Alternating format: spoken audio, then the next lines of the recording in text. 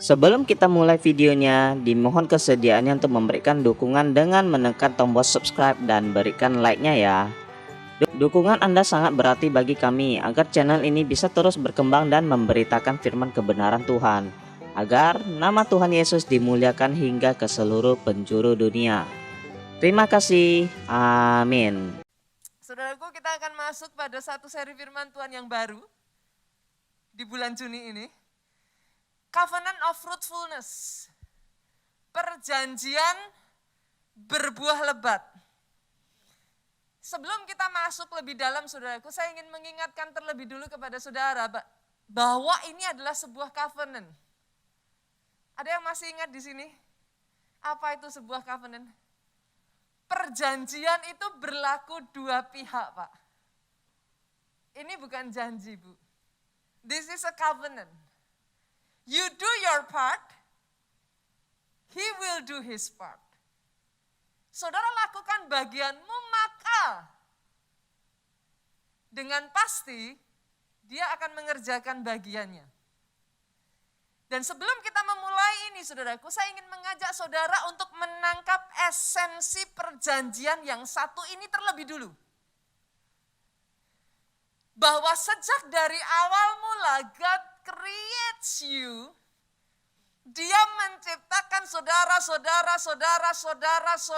tanpa terkecuali di tempat ini dengan kemampuan,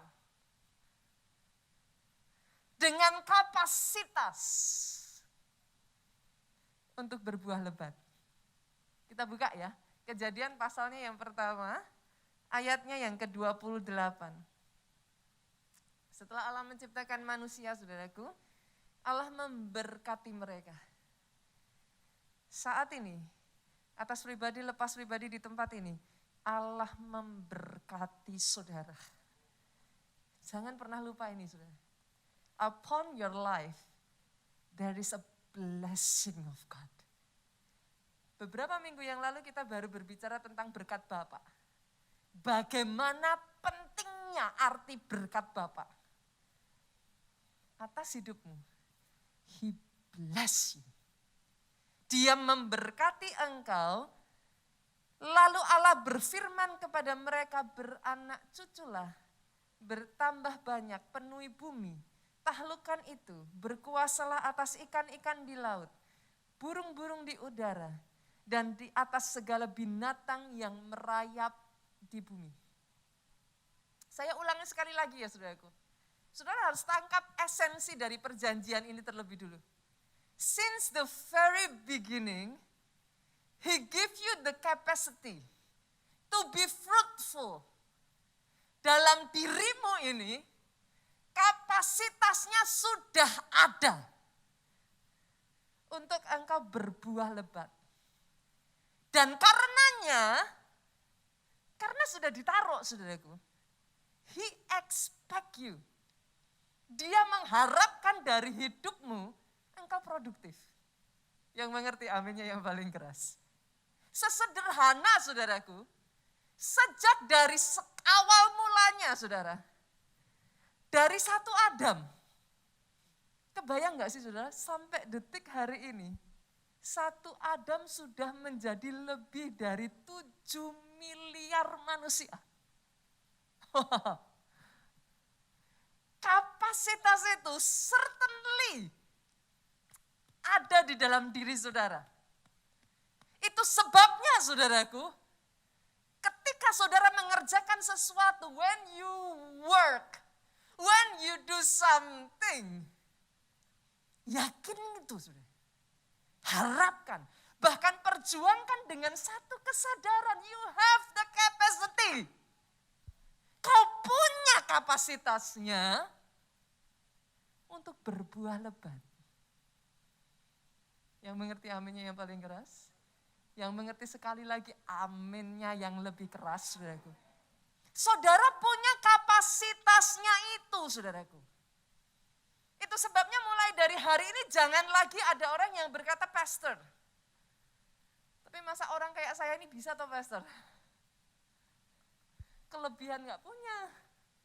Skill pas-pasan. No. Mulai hari ini nggak boleh lagi saudaraku, nggak ada satupun di antara saudara yang berpikir demikian. Karena tahukah saudara, sejak dari saudara lahir, saudara itu born a champion loh. Kenapa saya katakan demikian? Kebayang gak sih saudara, dari ratusan ribu sel telur, Tuhan tuh menciptakan kita amazing loh saudara. Dari ratusan ribu sel telur, miliaran sperma bu. Muncul satu saudara, only one you. Artinya dari lahirmu, you are born a champion. Kalau saudara percaya itu, oh aminnya nggak boleh biasa-biasa. Aminnya harus paling keras, tepuk tangannya yang paling meriah. Karena di dalam dirimu ada DNA champion. Itu sebabnya mulai dari hari ini saudaraku, mulai aplikasikan itu. Aplikasikan dalam kehidupan keuanganmu. Setiap benih yang Tuhan sudah berikan dalam hidupmu, percayai, perjuangkan, harapkan. Benih ini punya kapasitas bu. Benih ini bukan benih biasa. Di dalam benih ini ada potensi. Sehingga kalau kau kerjakan dengan benar, pasti dia bertumbuh. Pasti dia akan berbuah. Pasti akan bermultiplikasi. Mulai hari ini dalam keluargamu. Bapak-bapak, halo, boleh lambaikan tangan saya di sini yang sudah menikah. Bapak-bapak, lambaikan tangan tinggi-tinggi. Mulai hari ini jangan lihat istrimu sebagai istri yang tidak berguna. Katakan amin. Dalam diri istrimu ada kapasitas seorang pemenang. Ibu-ibu, jangan lagi lihat suamimu sebagai suami yang gak bisa apa-apa. Para orang tua di sini, lihat anak-anakmu. Dalam diri anak-anakmu ada kapasitas, ada potensi. Kembangkan itu di keluarga, saudaraku. Berkali-kali saya katakan ini sepanjang khotbah di bulan Mei kemarin, saudara. Saya ada sebagaimana saya ada, saudaraku. Karena yang pertama, nomor satu, saya punya Tuhan yang mempercayai saya. Bahkan ketika tidak ada seseorang pun, bahkan ketika orang menganggap pada saat itu saya masih orang biasa-biasa, masih sampah bagi saya, saudara. Saya punya Tuhan yang mempercayai saya bahwa di dalam diri saya ada kapasitas seorang pemenang. Dan Tuhan saya tidak pernah menyerah. Tapi jangan lupa, saudaraku.